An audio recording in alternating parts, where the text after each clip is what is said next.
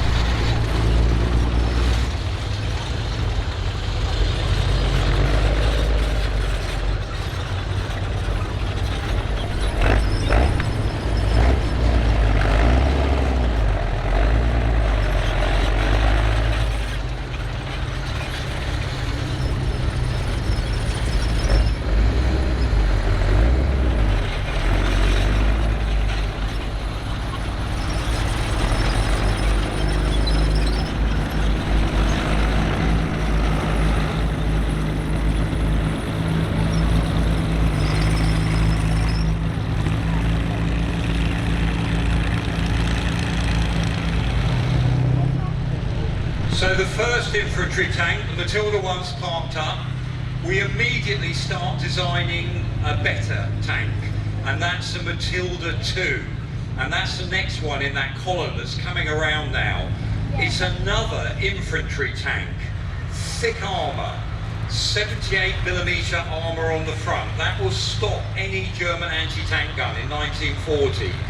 We put the 2-pounder anti-tank gun on it, better again at 40mm than any German anti-tank gun, will go through armour, downside, doesn't fire high explosive, which you want to if you're knocking out positions, anti-tank guns, troops in the open. But a very successful tank, and that Matilda II, along with the Matilda I, in 1940 they're used at the Battle of Arras, where they counter-attack the advancing Germans. And it really frightens the Germans because their normal guns won't knock it out. They have to bring in things like the 88mm anti-tank guns to start fighting it. Now the Matilda II starts off with a petrol engine in the back. We've got problems in Britain. We need more powerful engines for heavier tanks. We used to have higher tax on bigger engines in the 20s and 30s. So no one was encouraged to build bigger engines. They start with a twin petrol engine, AEC, and they move on to GMC diesel engines in the Matilda. But it's complex to build, and it costs quite a bit of money to build that Matilda II. So quite quickly, Vickers come along, the manufacturer that's made Matilda I, and they design a tank from bits they've already got on the shelves. So a suspension system from an earlier tank, and they make something called the Valentine, and that's in the middle there, offered by Vickers to the British Army. The Army says yes, and it's out there in 1941. It's got thick armour again. We're going to use it as an infantry tank. We haven't got enough cruisers, so even though it's relatively slow, we end up using this as one of these breakthrough tanks out in the Western Desert. They want that field one with a bigger turret that they're going to call the Sherman. They're not ready for that yet, they haven't got the skills.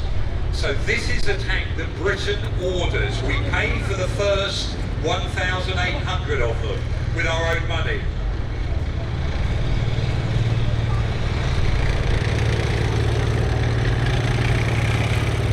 Now if you listen to that go past, that's an aeroplane engine in the back. It's a radial engine.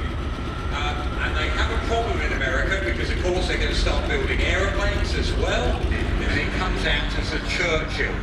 It is rushed into production in 1 year, and it has a lot of problems because of that. The very first manual has a 2-pounder gun in the turret, a howitzer in the hull. This is the Mark III. About 600 of these were made, and this is a type that was used on that Dieppe raid in 1942.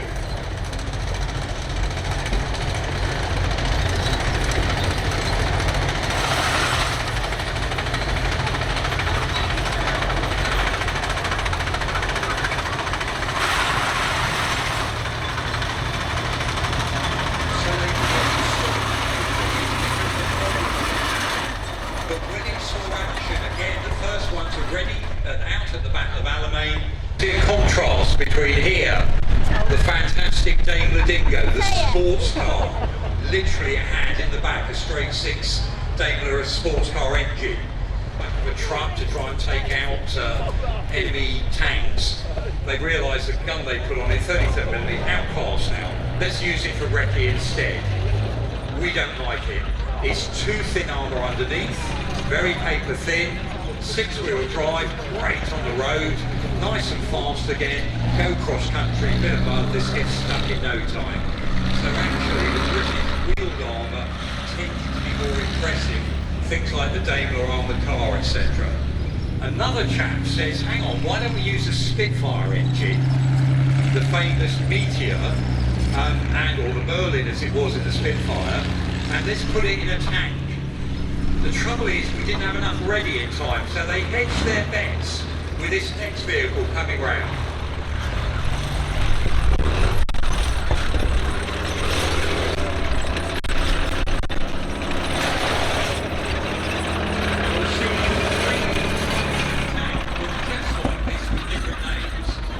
We race ahead to the Dutch border, going further and faster than the Germans did in 1940, coming the other way. So again, that idea, these tanks have their moment. It's not just always about gun size or thickness of armour. That's when mobility really counted. Now in the background in Britain, we're building another cruiser tank that we're going to see later in the day that is a huge success. But we know it's going to take time.